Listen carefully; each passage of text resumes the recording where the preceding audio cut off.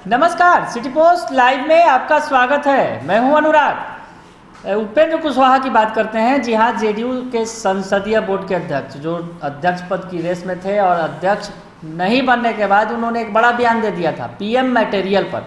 जी हाँ, उन्होंने कह दिया था कि नीतीश कुमार पीएम मटेरियल है। उस पर बिहार की सियासत में अचानक से उबाल आ गया था। तमाम पार्टियां अपने अपने दृष्टिकोण से उसकी व्याख्या करने लगी थी कि नीतीश कुमार पीएम मटेरियल है तो कैसे हैं। बीजेपी तो गर्मा गई और आरजेडी ने तो इसे मौके के तौर पर लिया। आरजेडी ने कहा कि पीएम मटेरियल बन सकते हैं नीतीश कुमार, क्योंकि बीजेपी के रहते तो वो पीएम मटेरियल नहीं बन पाएंगे एनडीए के अंदर, पर महागठबंधन के अंदर आएंगे तो पीएम मटेरियल जरूर बन सकते हैं। तेजस्वी यादव को सीएम बनाएं और खुद अपने पीएम मटेरियल बन जाए। कुछ इस तरह का ऑफर भी मिलने लगा था नीतीश कुमार को। लेकिन पिछले दिनों जब बीजेपी की नाराजगी सामने आई तो कुशवाहा ने यू टर्न ले लिया। जी हाँ, उपेंद्र कुशवाहा ने एक ट्वीट किया जिसमें लिखा कि प्रधानमंत्री नरेंद्र मोदी के बाद दूसरे नंबर पर नीतीश कुमार पीएम मटेरियल हैं। साफ साफ लिखा उन्होंने, प्रधानमंत्री नरेंद्र मोदी के बाद नीतीश कुमार पीएम मटेरियल हैं। तो कहीं ना कहीं जो कुशवाहा पीएम मटेरियल बता रहे थे, जो खुले तौर पर, उन्होंने यू टर्न ले लिया और थोड़ा सा बयान को संशोधित कर दिया और कहा कि नरेंद्र मोदी के बाद पीएम मटेरियल है नीतीश कुमार। यानी नरेंद्र मोदी की कुर्सी कहीं नहीं जाने वाली है। दरअसल कुर्सी पर ही खतरा दिखने लगा था कि नीतीश कुमार की नज़र सीधे सीधे पीएम की कुर्सी पर है।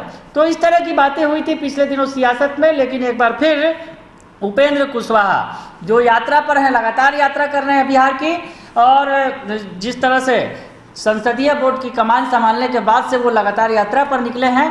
उम्मीदें थी कि अध्यक्ष बनेंगे, हालांकि अध्यक्ष तो नहीं बन पाए, लेकिन उन्होंने जेडीयू को आगे बढ़ाने के लिए तमाम जोर लगा दिया है। तो अब वो जो उनका काफिला है, जब शेखपुरा में था तो शेखपुरा में उन्होंने बयान दिया है, एक बार कहा है फिर से कि अगर देश के अंदर बात करें कि देश के अंदर कई सारे चेहरे हैं जो प्रधानमंत्री बनने की योग्यता रखते हैं, उसमें नीतीश कुमार सबसे बेहतर है। ये बातें कही हैं। थोड़ा थोड़ा संशोधन करके उपेंद्र कुशवाहा इस मुद्दे को जिंदा रख रहे हैं कि नीतीश कुमार पीएम मटेरियल हैं। तो उन्होंने कहा है कि देश के अंदर कई सारे नेता हैं, लेकिन नीतीश कुमार उनमें सबसे बेहतर हैं। क्या कुछ कह रहे हैं उपेंद्र कुशवाहा, सुन लीजिए आप। इसमें सर्वदलीय विपक्षी पार्टियों ने सीएम से कहा था कि आप पीएम से मिलने की सवाल करें। पीएम से सवाल टाइम भी मांगा गया। क्या लगता है विपक्ष का नेतृत्व करेंगे इस सवाल पर सीएम? क्या देखिए, इस सवाल पर विपक्ष के नेतृत्व का सवाल नहीं, इस मुद्दा पर हम बार बार जोर दे रहे हैं। इस मुद्दा पर, फिर दूसरे अर्थ में इसको ना लेना चाहिए, इस मुद्दा पर देश के नेतृत्व का सवाल है। और नीतीश कुमार जी कर भी रहे हैं कई लोगों से।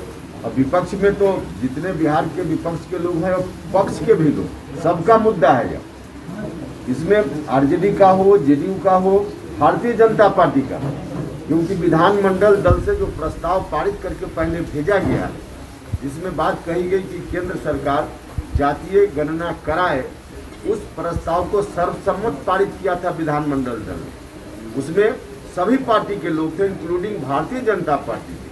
तो बिहार भारतीय जनता पार्टी तो विधानमंडल दल में इस मुद्दा के पक्ष में खड़ी थी।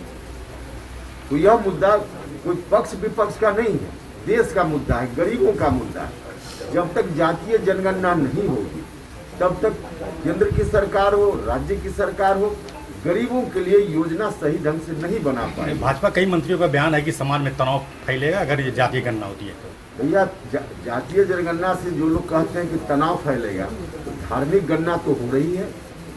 धर्म के आधार पे तो आंकड़ा इकट्ठा किया जा रहा है, हिंदू कितना, मुसलमान कितना, सिख कितना, ईसाई कितना। तो उससे कोई धार्मिक टकराव की स्थिति, तनाव की स्थिति उससे तो नहीं पैदा हो रही है। जब उससे नहीं पैदा हो रही है तो जातीय गणना से कैसे तनाव की स्थिति पैदा हो?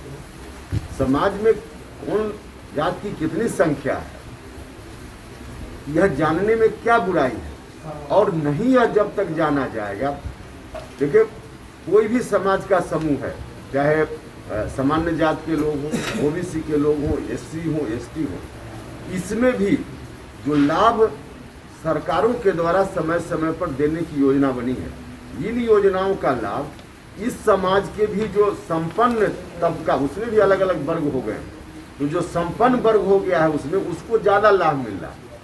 पिछड़ा में भी जो बहुत पिछड़ा है उसको लाभ नहीं मिल रहा, कोई लाभ नहीं मिल रहा। हम तो एक अनुमान के आधार पर कह रहे हैं ना, आंकड़ा सही तो गणना से ही आ पाएगा और तब पता चलेगा किनको लाभ मिला किनको नहीं मिला। तो सुन लिया आपने कि उपेंद्र कुशवाहा ने कह दिया कि नीतीश कुमार पीएम मटेरियल हैं। देश के अंदर कई सारे नेता हैं जिनमें योग्यता है पीएम बनने की, उसमें नीतीश कुमार सबसे नंबर 1 है और सबका नंबर हालांकि पीएम मोदी के बाद है, क्योंकि जेडीयू बीजेपी की सहयोगी है, खुलकर बोलेगी तो थोड़ा बवाल हो जाएगा। इसलिए उपेंद्र कुशवाहा ने यू टर्न लिया था, थोड़ा सा संशोधन कर दिया था, पीएम मोदी के बाद नीतीश कुमार को रखा था और अब वो कह रहे हैं कि नीतीश कुमार जो तमाम नेताओं जो दावेदार हैं, जो पीएम मटेरियल है जिनमें, उनमें सबसे बेहतर है।